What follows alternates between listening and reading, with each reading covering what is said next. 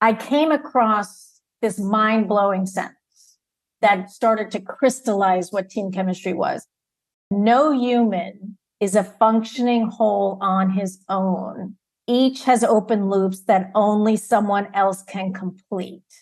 What does that mean? Jake Peavy was this ferocious pitcher. I asked him, I said, okay, Jake, you cannot get more than 100% because 100% is 100%. And he said, my teammates bring out a fight in me I can't willingly summon for myself. When I'm with these teammates who care so much, they're committed to each other, they're bonded with each other. That to me is really the foundation of team chemistry. They all connect to each other, and ultimately it all leads to high performance and winning. Welcome to the Work for Humans podcast. This is Dart Lindsley. When Joan Ryan stepped into the locker room to conduct her first post-game interview as a sports journalist, she was all but kicked out by the players. Feeling both unwelcome and undeterred, she made a firm decision to stick around and make a name for herself as one of the first female sports columnists in the country. Now, as an award-winning journalist and author with over 4 decades of experience, Joan is exploring the very difficult concept of team chemistry. Does it actually exist? If so, how can we identify such an immeasurable concept? Joan's latest book, Intangibles, Unlocking the Science and Soul of Team Chemistry, shares what team chemistry really is, how to recognize it, and how to use it to elevate the performance of any group, from sports to business and beyond. In this episode, Joan and I discuss how to identify and use team chemistry to elevate performance, the neurophysiology of human connection, and the process of connecting with others through emotions versus through a shared goal. We also talk about the essential archetypes within team chemistry versus skill when it comes to the likelihood of team success, using an intangible concept to create tangible results, and other topics. Okay, if you enjoy this episode, please continue to support Work for Humans by subscribing wherever you listen to podcasts. And now, my conversation with Joan Ryan. Joan Ryan, welcome to Work for Humans. Thanks, Dart. I just spent a lot of time with your book, Intangibles. And I'm going to read the whole title. It's Intangibles, Unlocking the Science and Soul of Team Chemistry.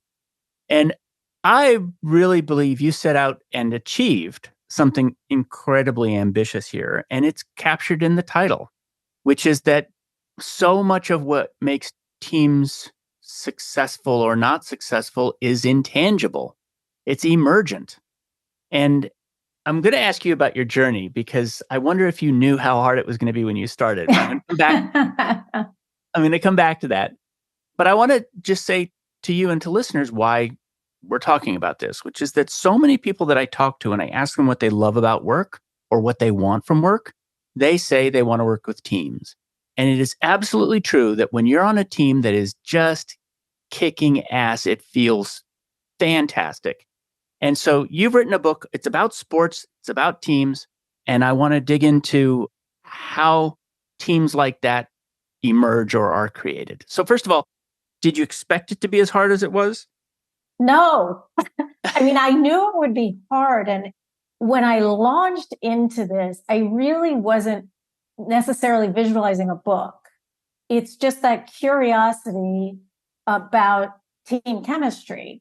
And it happened really in 2009 at the 20th anniversary of the Giants' 1989 team that got to the World Series. And anybody who watched it knows that we had the earthquake and all the rest of it.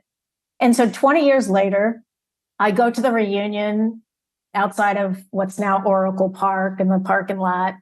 And I was really looking forward to seeing that team because I loved that team. I came to San Francisco in 85. And so this was, very shortly after that. And that was a team I totally fell for. I fell in love with these guys. because they were just these misfits. And I go into the tent and I'm looking at these guys. And back in 89, even though they were misfits and they really, that team should have just fractured into shards. Instead, they openly loved each other. And I heard the words team chemistry as I walked through these guys and caught up with them. And when I could see it in their eyes and hear it in their voices, they still loved each other. And so on my way home, I started to think, I never really thought about what team chemistry actually was. And so my curiosity got the best of me, and I just wanted to answer 3 questions. Does team chemistry actually exist? If it exists, what is it? And then how does it elevate performance? Because why even talk about it if it doesn't improve performance? Why were you hanging out with the Giants? Why was I hanging out with the Giants? I was a sports writer for a long time, starting in like 1983, 84 at the Orlando Sentinel. And luckily for me, the editor of the Orlando Sentinel became the editor of the San Francisco Examiner and hired 4 of us away. And I was lucky enough to be there. And I never set out to be a sports writer, but there I was. And the reason, frankly, I was still in Orlando and I was a Cub reporter, this young person. And I had to cover the Orlando Renegades versus the Birmingham Stallions in the USFL, United States Football League, which nobody really paid any attention to. But anyway, I go down, the game's over. I know who I have to talk to, this one player who broke his hand or something. And I go into the locker room. It was one of my first or second time in a locker room, a baseball locker room. And I walk in, push open the door, and walk right into this, it's like the wildebeest crossing the rivers in Kenya. It was, you walk right into these guys going to and from the from the lockers to the bath, and so you're right in the middle of them, and they're all naked and whatever. So you kind of stop and you're like, okay, I just need to find this one guy's locker. And so I'm standing next to the lockers. There's a bench there. And one of the guys is actually, this was a football locker room, not baseball. Walk in right next to a bench where one of these big old guys is cutting off the tape on his ankles and his wrists like they all do. Anybody who knows football. And while I'm standing there, and they've just stopped in their tracks and looked at me, and then all of a sudden erupted in, and I was, it was like the bullies in the playground. I don't even remember what they said, but it wasn't nice. And then I feel this thing going up my leg toward the hem of my skirt. And I look down, and it's this guy with the long-handled razor running it up my leg. Yes. So at that point, I stopped asking for that player that I needed and just like, okay, I've got to get the hell out of here. And found the PR guy. Anyway, he pulled the player out for me, and I asked some bad questions, went up to the press box. I'm sure I wrote a terrible article. I don't really remember. But at that point, when I never really set out to be a sports writer, it's not what I really wanted to do. But after being in that locker room and how clearly they did not want me around at all in their world, that's when I decided I really wanted to be a sports writer. So I based my whole career on bitterness and resentment, but it has worked out quite well for me. Well, and it's consistent with going after a subject that maybe didn't want you, right? It didn't want me. I don't know why I did this. So in going after chemistry, one of the things I noticed in a lot of the people you interviewed is that there's a very split camp on this. People either say chemistry is super important, it's everything, or people say, absolutely, there's no such thing as chemistry. It turns out it's almost like a religious war that you waded into. It was analytics versus human nature, analytics versus team chemistry. And early in the book, I have a little thing about Michael Lewis because I had interviewed him like 4 nights in a row for, a speaking series. And the first time I saw him in the green room, and I really admire Michael Lewis, I'll say that up front. Like his books are just extraordinary. However, when I talked to him in the green room and I just introduced myself, we had this one person in common, a professor at UC Berkeley. And he says, well, how do you know him? And I said, well, he's advising me a little bit on this book that I'm writing. Oh, what are you writing about? And I said, team chemistry. And he says, doesn't exist, period. And I kind of was like, oh, that's kind of interesting. And what occurred to me is like, oh my gosh, he's such an analytics guy from the book Moneyball, all about stats and measurement and all of that. And I thought, well, that's really interesting that somebody as smart as Michael Lewis could think that a team could perform at its best only by analytics. Because I know all we have tons of analytics guys at the Giants, where I'm in my 16th year as their media advisor. It's really, really important and essential and to come up with the right strategies. But it's human beings that have to carry out that strategy. And it's mind-boggling to me that some really, really smart people like Michael Lewis just dismissed out of hand that team chemistry even exists, much less matters. A part of the reason, and this comes up over and over again in the book, not always directly, I'm going to put this in systems thinking a little bit, which is that the idea of a system is 100% defined by the atoms, by the single things in the system, as if they're completely independent. And that's reasonable for something like atomic particles, right? Which are themselves quite simple. But this is something I argue. Every person in a company, for instance, is bigger than the whole company in terms of the complexity of their mind. That the human brain is so complex that we have not been able to create a company that matches its complexity. And that's definitely true of a sports team, which is that the sport itself the rules are quite simple, right? Mm-hmm. But the complexity of each human inside it is larger than the whole system that they're in. So let's get into the first part of the book here, which is about essentially the neurophysiology of connection. You started exploring how people are connected. What did you find? Well, what I found was, and this was maybe in general, like the most fascinating stuff I came across, which was the neuroscience. So our brains evolved over 3 million years.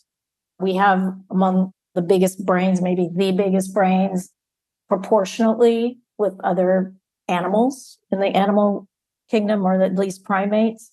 And our brains kept getting bigger and bigger and bigger over those 3 million years, quadrupled in size. And scientists came to understand that the brain got larger not to house our intellectual wiring. It was to accommodate all the growing social wiring.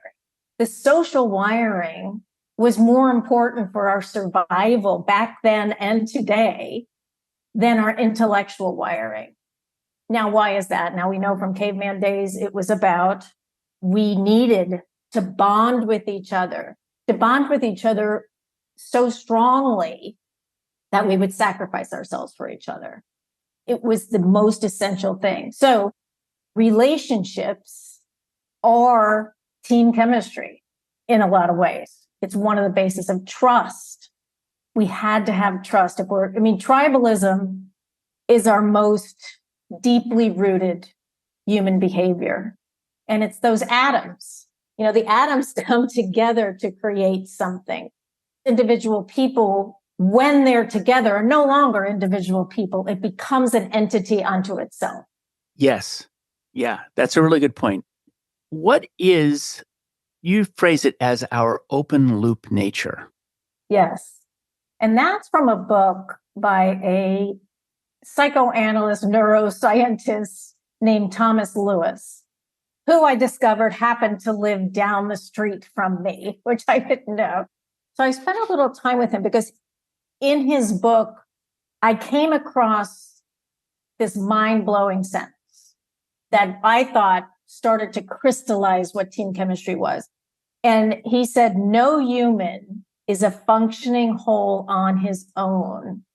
Each has open loops that only someone else can complete.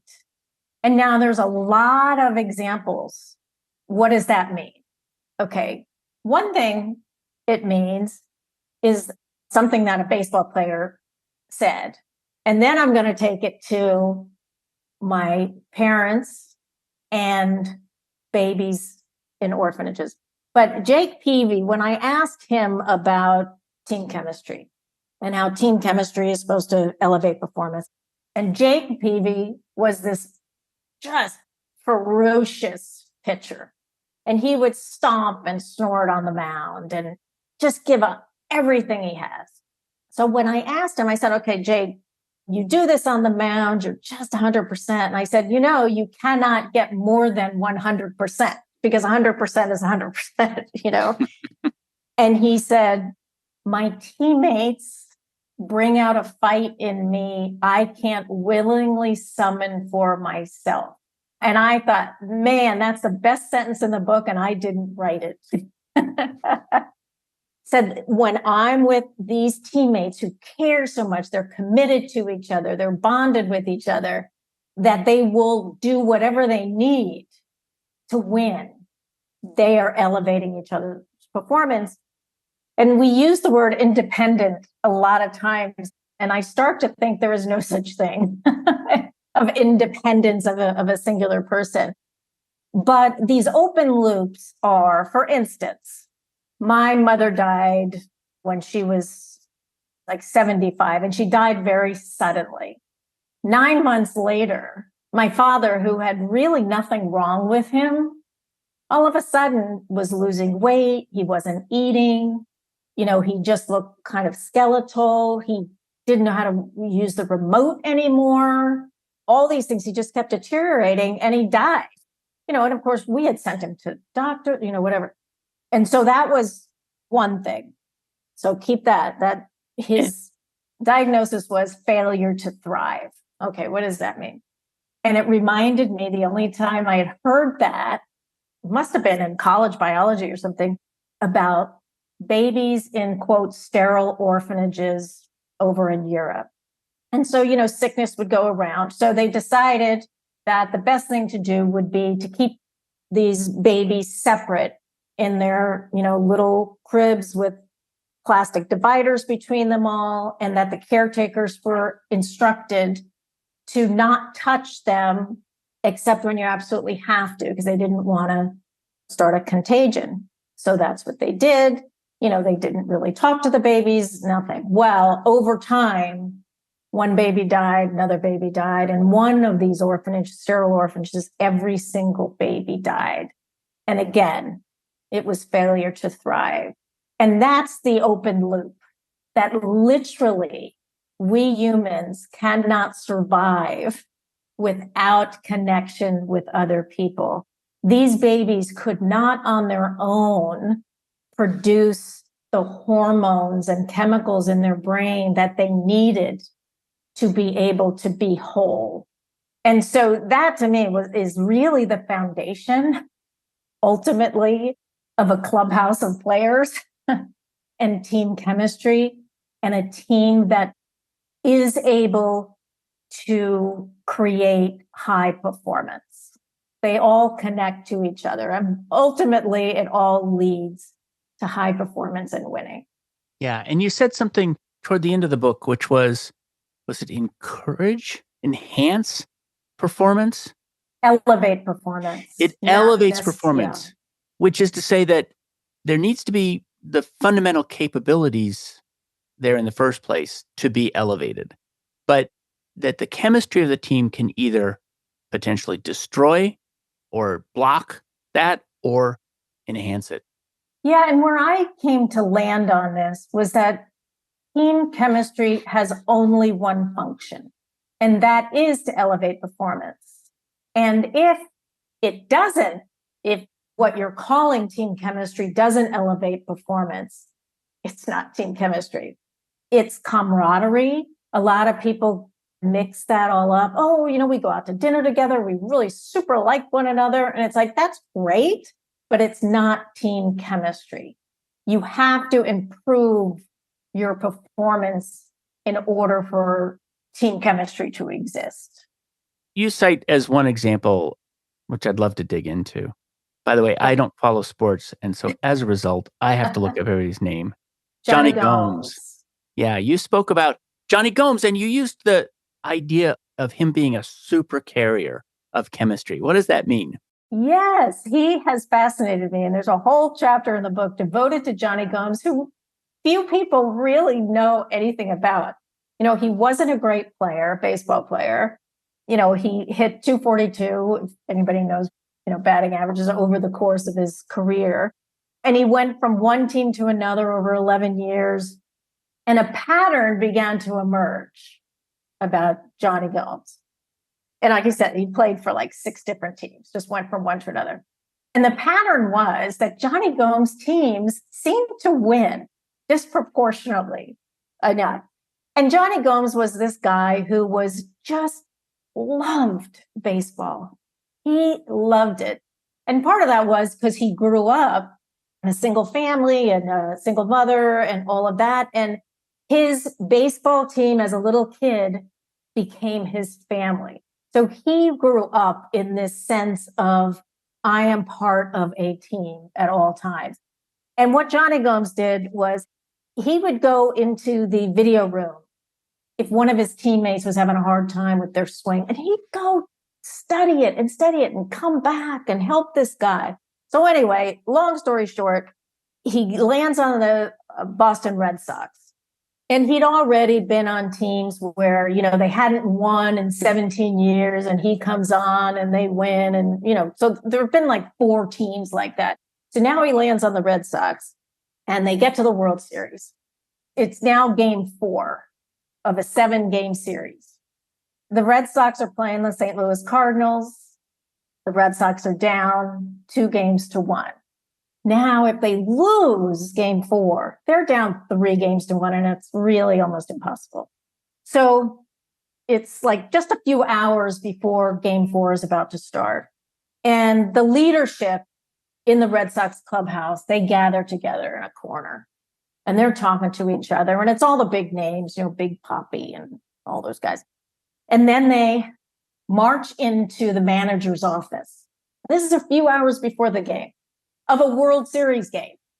March into the office and they say, because Johnny Gomes is not in the lineup because he hasn't had a hit yet in the postseason. So they walk in and they said, you got to put Gomes back in the lineup. And the manager's looking at him. It was John Farrell at the time, looking at him like they got 3 heads. It's like the lineup has been put up. It's been out on social media. I'm the manager and he's not playing. He hasn't gotten a hit. And they basically staged a mutiny, which I've never heard of before. Nobody's ever heard of it. And they would not leave that office.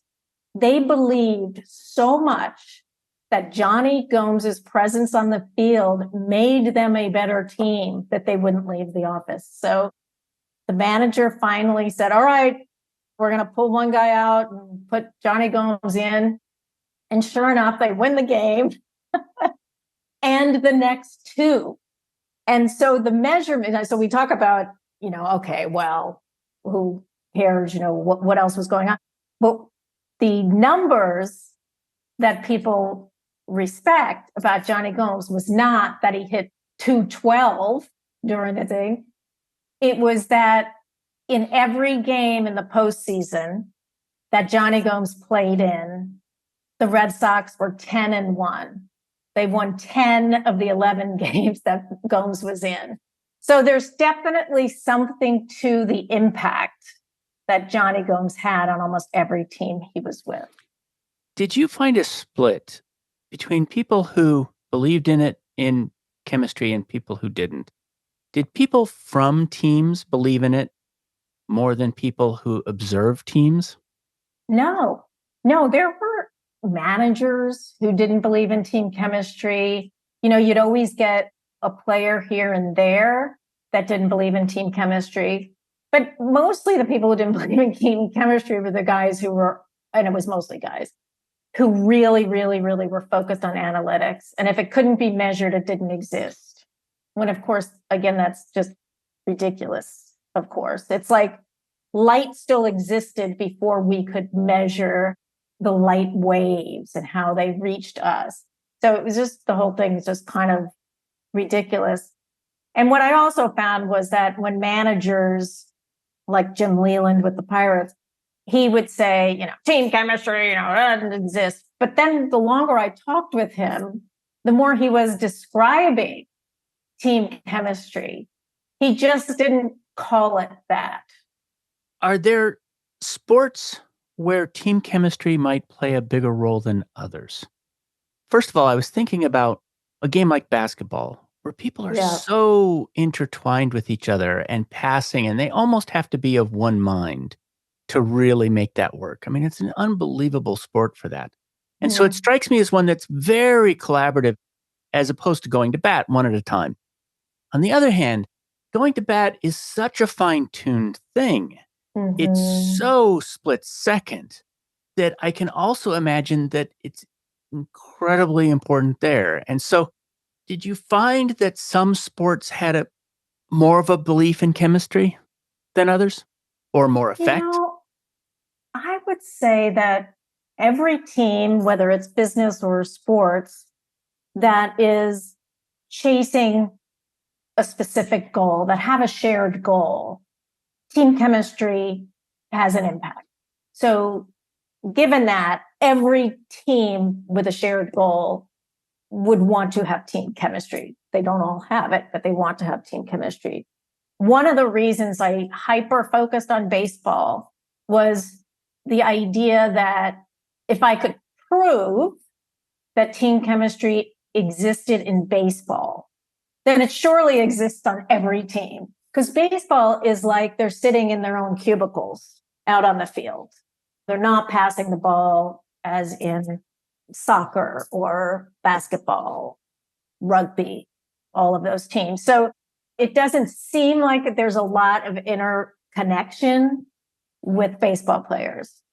But what does happen, yes, the guy's out in left field or right field and all of that, and you're standing by yourself in that batter's box, but you're not by yourself.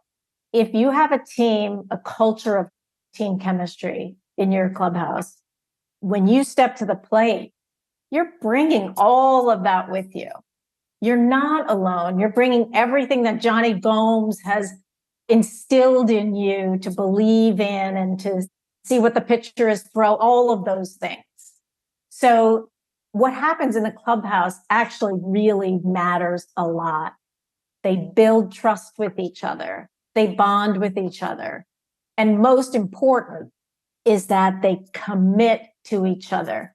They're not committing to that goal off at the end of the season, the World Series or, the NBA championship.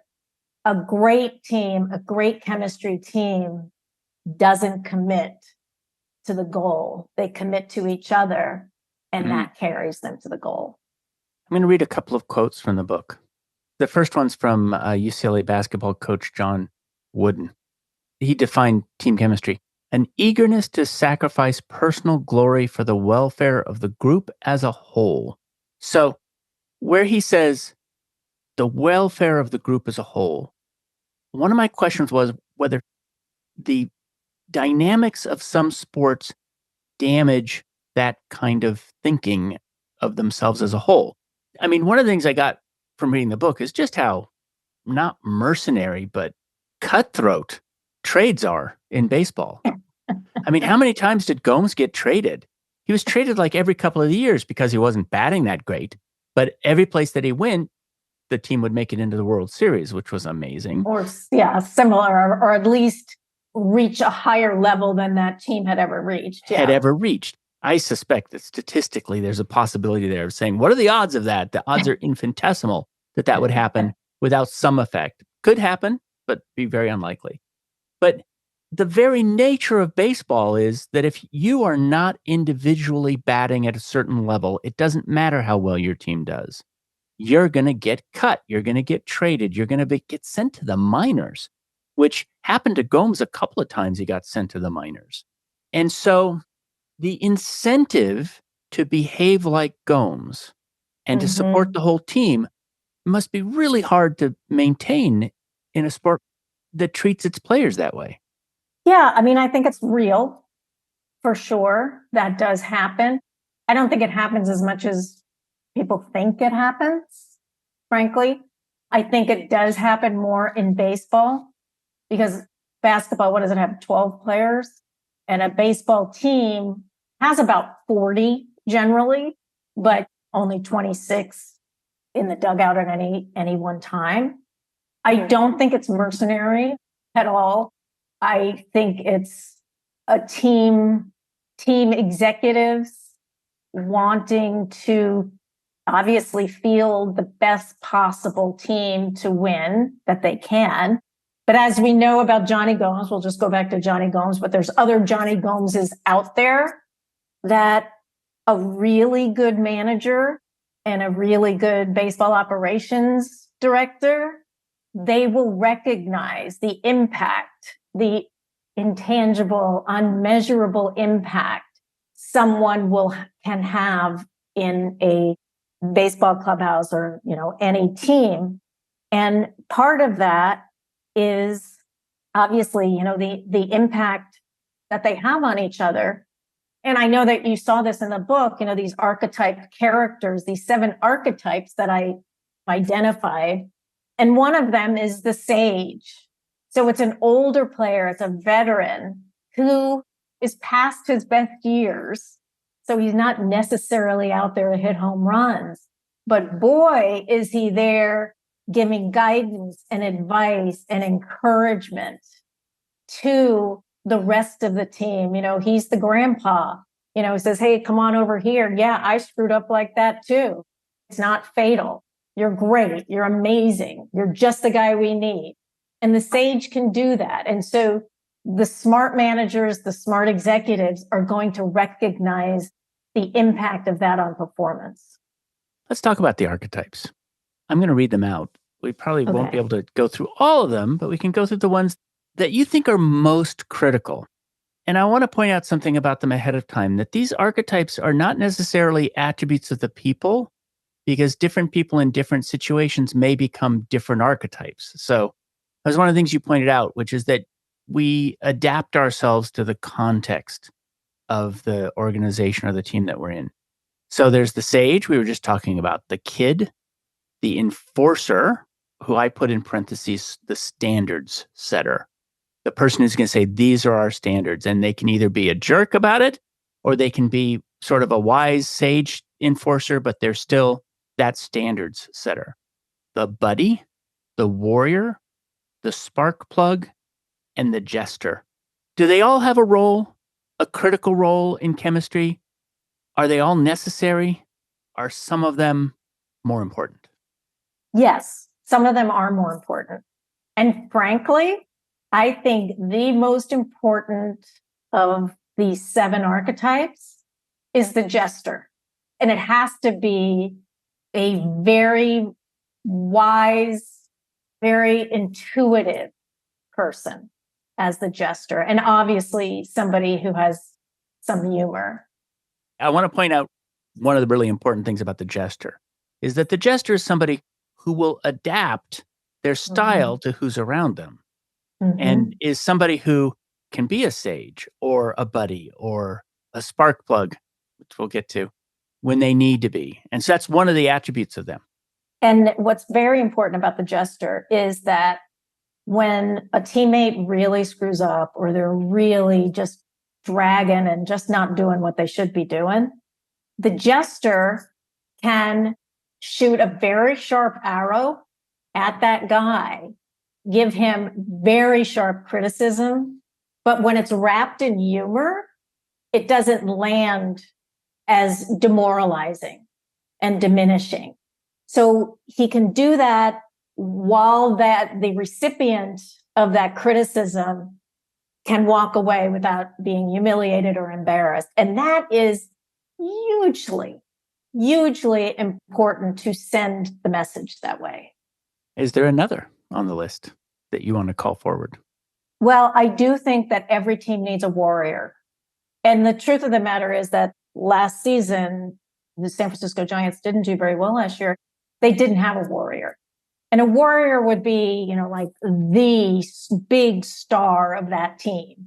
The guy where it's like, well, as long as we have him, and I'm just saying, I'm always using the male because I'm kind of dealing with the Giants more than anything else. But this goes for men and women's, but I'm going to continue to just use him.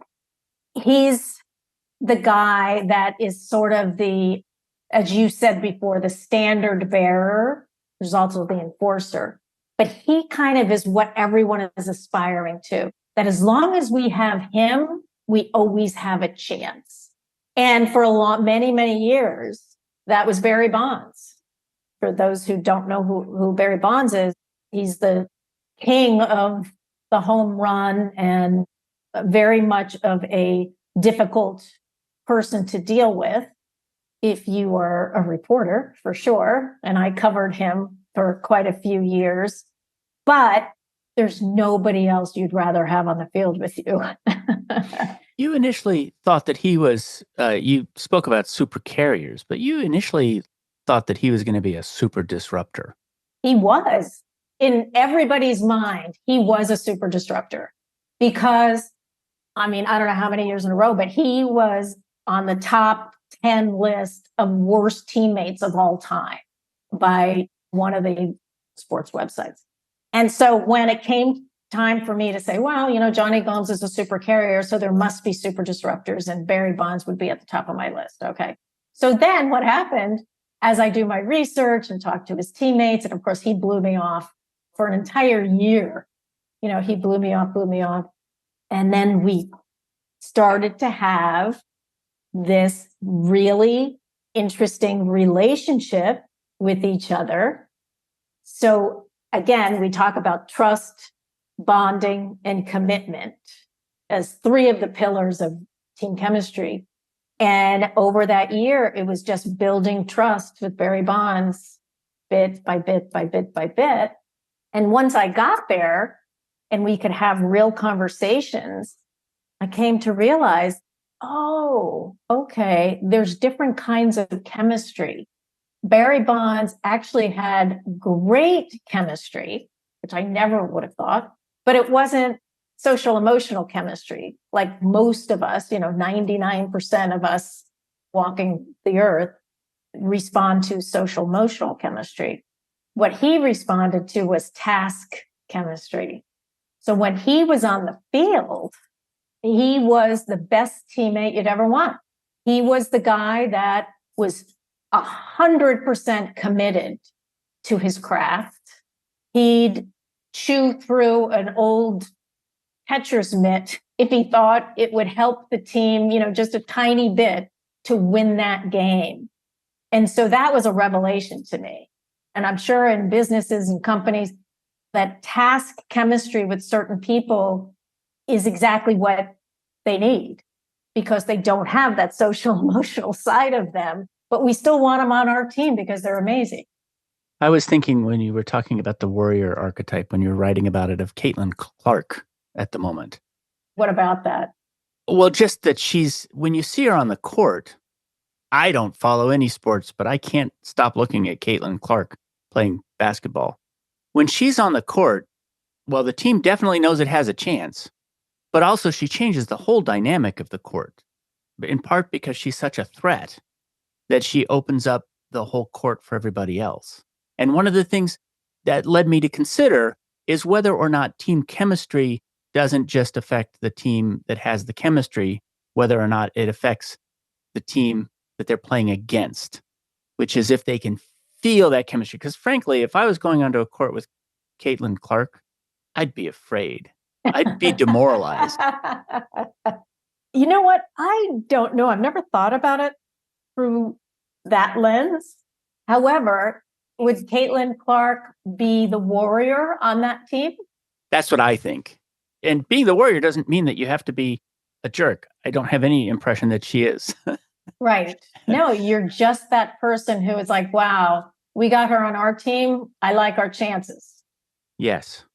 One of the dichotomies is there's sort of the camp that believes that there is such a thing as team chemistry. And then there's the camp that believes in skills.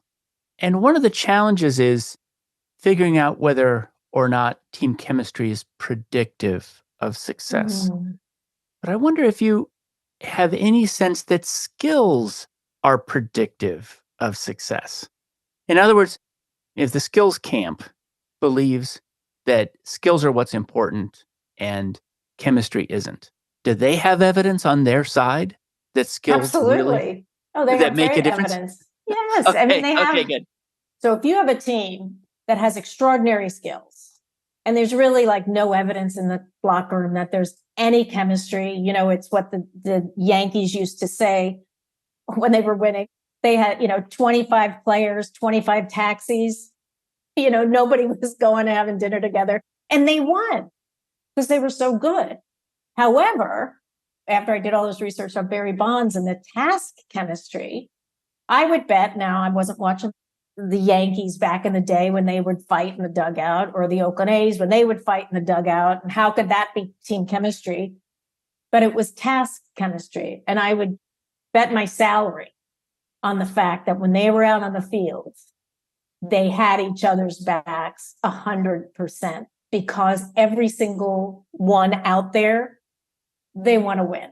Now, you can have, and there have been examples. One of them was, I forget what year it was, with the dream team, the basketball dream team. The men's basketball dream team won every Olympics except one. And it was the one where they had too many warriors. Everybody was the warrior, and it just didn't work at all. And I think they finished third in that way. So in that way, they had all the skills in the world, but they couldn't win. Yeah, there was a quote in here. Let me see if I can find it. Is that the too much talent effect? Yes. Thinking Can of? you Yeah. describe the too much talent effect? Well, it is that when you just have, so 5 guys are on the court, right? If you have 5 guys that basically do the same thing, their role is very, very similar. And again, going back to the warrior, if that's what's happening, they're all jockeying for stature. There's no hierarchy. And really, on the best teams, nobody talks about it, but there is a hierarchy of stature. So everybody can fit where they fit. And it doesn't mean they're less than, but there are roles in which we need to know where we stand, so we're all not, running to the same spot every time. So that's the too much talent effect. It becomes diminishing returns if you just have everybody up there as warriors.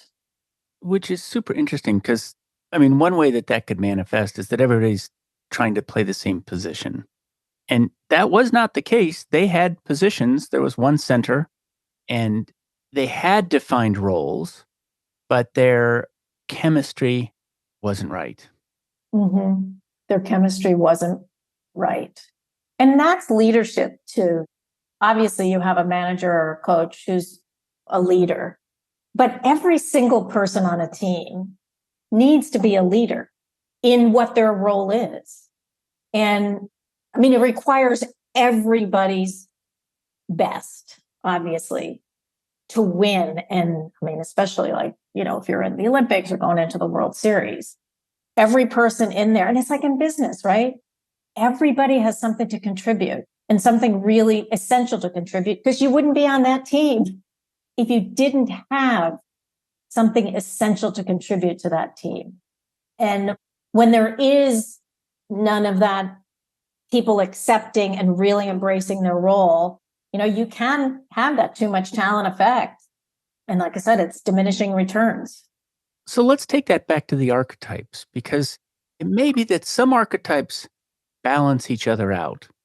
And so you mentioned, for instance, that the sage and the kid can have a good relationship, which is that the sage might be jaded and might sort of know what's possible and might be a limiting factor on what's possible. Whereas the kid, new to the park, thinks everything's amazing, has never learned a lesson about humility, right? And that both of them can get value from the other. Oh, absolutely. I think that that's a really good combination. I'm reminded of the Giants won the World Series in 2010, 2012, and 2014. So 2010 was the first time that they won a World Series since they had moved to San Francisco in 1958 or 1959. So they win the World Series. They're in the ballroom after the game. And Buster Posey, who for many years was the Giants' warrior, he was the leader in the clubhouse, an extraordinary catcher, an extraordinary human being. But he's a kid, basically, in 2010. And, one of the broadcasters, Mike Krukow, is in the elevator with him as they're going back to their room after the big ballroom celebration. And I think it was Buster's first year. I think it was his first year in the major leagues, going up in the elevator. And Mike Krukow says to Buster, just said, "Hey, don't get used to it. This doesn't happen all the time." And Buster looked at him and in all seriousness says, "Well, why not?" And it's exactly what you say. All possibilities are out there just waiting for it. And that is really, there's a great quote about Warren Bennis and Patricia Ward in their book, Organizing Genius, The Secrets of Creative Collaboration. And they write, "Great groups are not realistic places. They are exuberant, irrationally optimistic ones." And that was certainly the case in 2010 with the Giants team winning the World Series. But I love that. I love that quote. So what was the story of Aubrey Huff? And what did his story tell us about chemistry? Boy, yeah, Aubrey Huff was a guy who came to the Giants in 2010, and he was the opposite of Johnny Gomes. He was indifferent to his teams, and he played on several teams, Tampa, Baltimore Orioles, I think maybe the Cincinnati Reds, I don't know. But he was the guy who was on losing teams. 5 of his 6 years at Tampa, they finished last. With the Orioles, 2 out of 3 years, finished last. So he was indifferent. He would show up late and leave early. He just didn't care about anybody but himself. When I think about the story of Aubrey Huff, I think about, we often talk about what is the impact this player had on his team. Like my archetypes are that way, right? What's the impact the jester has? What's the impact the spark plug has? Aubrey Huff was all about what the team had the impact on him. And it showed the power of team chemistry to actually reshape a human being that it seemed impossible. But Aubrey Huff comes in, he struts into the clubhouse during spring training. He hasn't met anybody yet. And he's bracing himself because everybody in baseball knows this guy is just a yutch, just a terrible guy. And so he's going into the clubhouse just waiting, for guys to kind of dismiss him and everything. So he goes in, and it's a lot of young guys, and he's, unpacking his bag and putting things away. And, sure enough, here comes a player over, and Aubrey's just waiting for him to say, "What are you doing here?" And the guy said, "Hey, Aubrey, great to meet you. Glad you're here. Hey, welcome." And he's like, "All right." And then another guy, Buster Posey comes over, the big guy. And he does the same thing. And one after another, they're welcoming him. They're happy to see him. And these younger guys start to think that, oh, this guy's a veteran. He's a veteran guy, and he seems really confident in himself. And so, long story short, Huff starts to see like these guys are coming and asking his advice. Well, nobody in his whole life has ever asked him for advice. And he starts to change. He starts to believe, he takes it in that, oh, they see me as a leader. And he starts to behave like one. He's also a jester. He's funny, but it's like I say, he's clubhouse funny, which is not funny to anybody else. But for them, it's funny and he gets them to laugh. And sure enough, Aubrey Huff is leading the team in home runs, hits. He's there early every time. He stays late. He's there. He is Mr. On the spot, arm around the younger guys and giving them advice. And he is a totally different person. And in fact, he is the leader of that team. I didn't know that at the time. And it was years later when I'm doing this research. And I had to go back and ask all of the players on that team, seriously? Aubrey Huff was the leader of this team? Because I really did not like Aubrey Huff, and nobody did. Nobody liked Aubrey Huff. The next year he was terrible. But on that year, he was literally the leader of that team. And I thought, that's a miracle, really a miracle that this guy could be seen as a leader of a team. And yet that's the impact a great team chemistry team can take that one outlander, the one outsider, and pull him in, not only to be part of the team, but to be the leader of that team. Yeah. And it's a story in unlearning learned helplessness. He'd always been on teams that lost. He'd learned to not care because if you cared, just going to get hurt. This is a narration of his evolution that he told you, right? So it's partially you observed it from the outside, but he also explained this to you. And it's very interesting because I've worked with people who were absolutely stunningly incredible in one context and in another context weren't. And I really have not been able to figure out exactly how that worked. And it's almost like they were a different person in a different context, just like what you're saying about how the archetypes can be somewhat emergent. And Huff is a good example of having emerged to fit the situation he was in. That is so fascinating. And that it is about the archetypes, as you mentioned earlier, you can't hire them. You can't say, oh, we got a jester, we got to go hire a jester. It doesn't work that way. And players don't know that they're the jester. They don't know that they're the spark plug. It's just that they end up inhabiting that role because what happens is there's a role that's open. And I believe, after all the research and all the teams I've been with, that players will fill the role that hasn't been filled yet. And so you could be the jester on one team because the team needed it. The team needed a jester.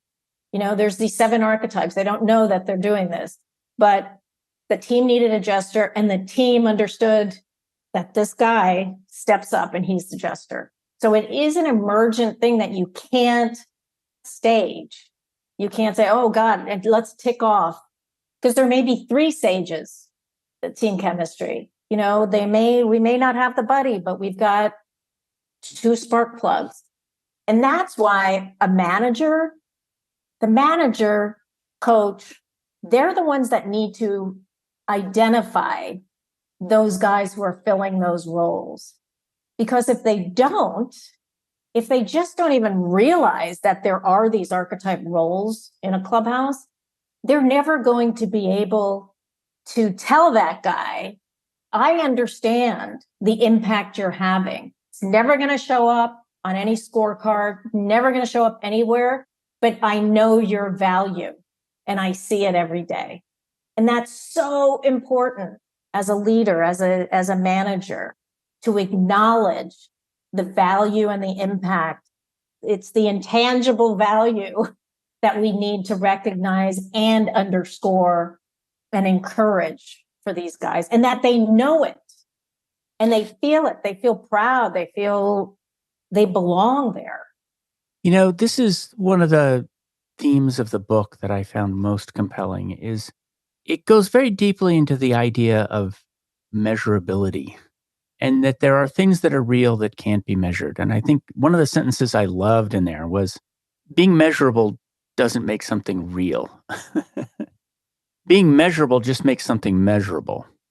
And one of the dynamics that I worry about in business all the time is essentially the thing I was bringing up about batting averages and getting sent to the minors, which is that people are promoted in companies largely for their batting average, and that there are people in the company who are producing value in part by optimizing the success of the organization over the success of themselves.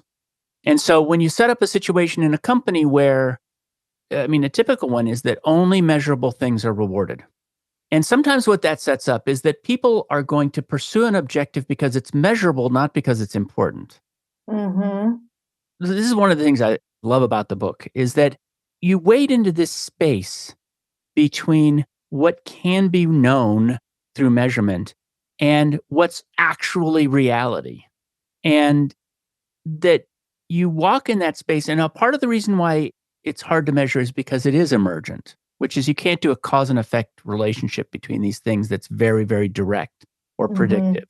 But it's still real. It's as real as gravity, potentially. It's as real as magnetism, which are both invisible. But it's a really challenging thing to do. It's a really challenging thing to wade into that and to try to find the meaning in it. Yeah.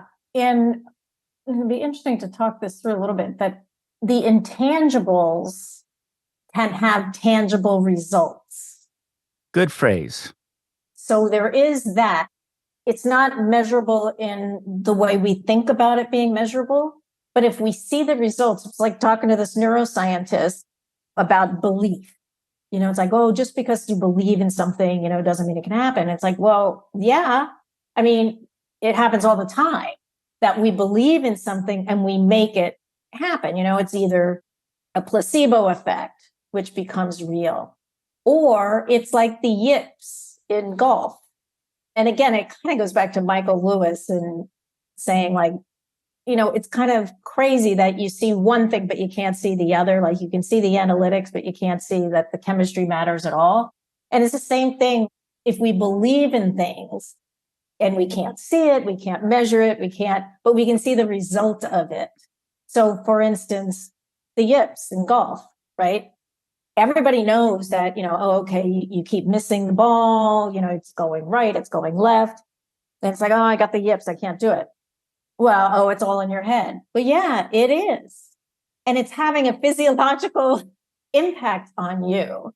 But people have a harder time believing, if you believe in something positively, like, oh, well, you're just believing it.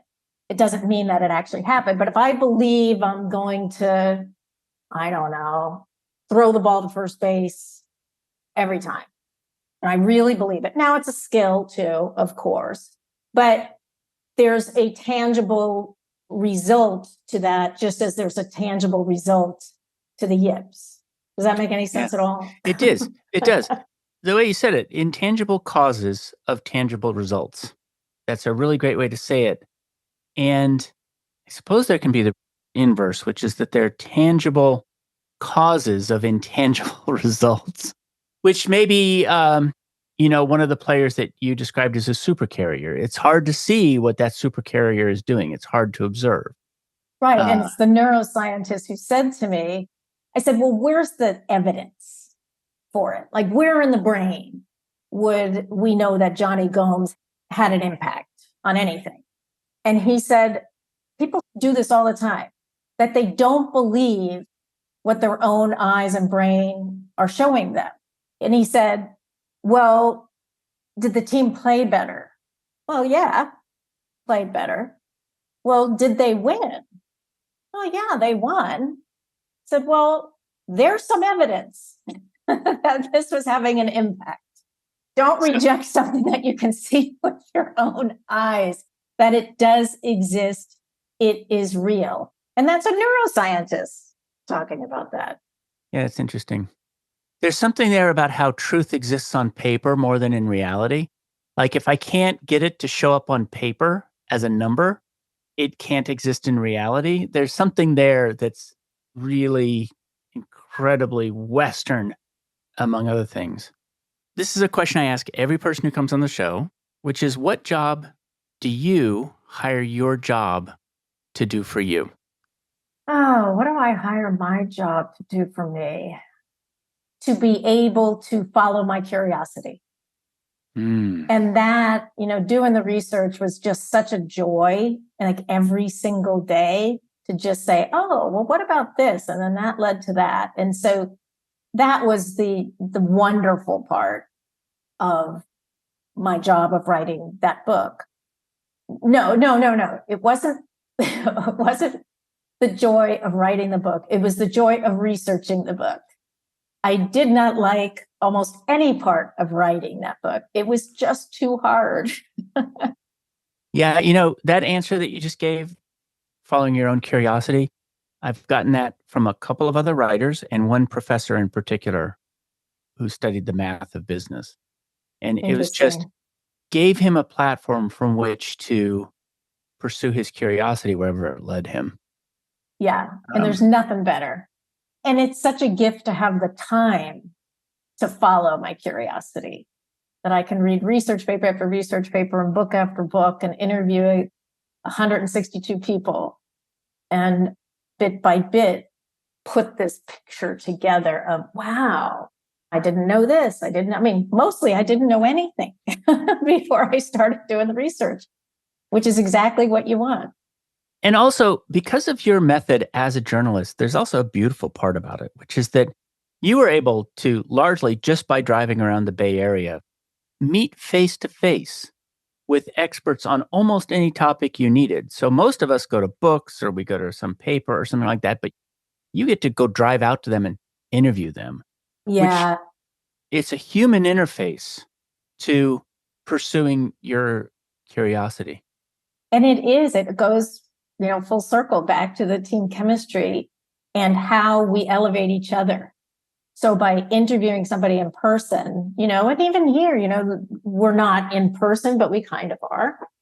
By doing that, we read each other's faces, tone of voice, all of that, is going back and forth constantly between us. And so we both leave changed in some way or form.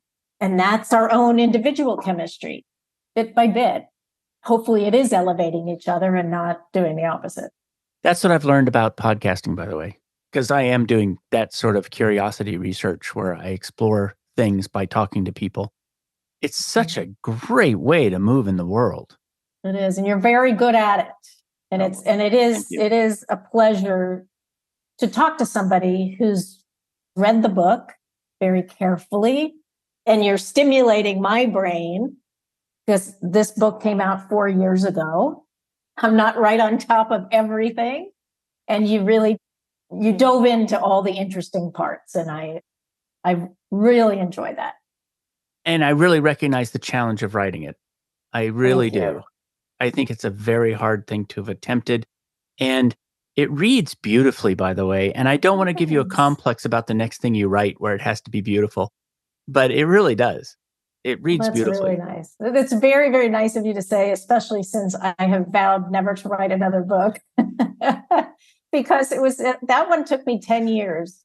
It was a struggle. And one of the things, and I don't know if I said this to you before, but one of the things I finally, I'm 5 or 6 years in, and I'm sitting in my sparse little office, not this little office. I had a worse sparse office. I had a desk and a chair and a lamp. And I sat there by myself day after day after day, writing a book about how important relationships are and connection is. And I thought, okay, I'm not doing this well. I need to find another place to set up my computer. Yeah, it's kind of crazy. Where can people learn more about you and this book? Well, go to your local bookstore if you have one and order it there. Intangibles, Unlocking the Science and Soul of Team Chemistry. And I do have a website, but I don't think I've looked at it in about 4 years. So I'm not sure you can get some information there. But also, I love getting emails. My email is joanryan1@gmail.com if you have any thoughts or just want to say hi. Fantastic. Thank you very much for coming on the show. Thanks, Dart. I so enjoyed it. Thanks for joining me for another episode of Work for Humans. If you enjoyed this episode, please give us a 5-star rating wherever you listen to podcasts. And share the show with one person you think would get value from it. Believe it or not, this really helps us grow the show and reach more people who want to build the kind of work that people really want. As always, thank you to my producer, Jason Ames at Ninth Path Audio for his insights into content and his high standard for quality. Final note, the opinions shared here are my own and not the views of Google or Cisco Systems. Thanks again for listening. See you next time.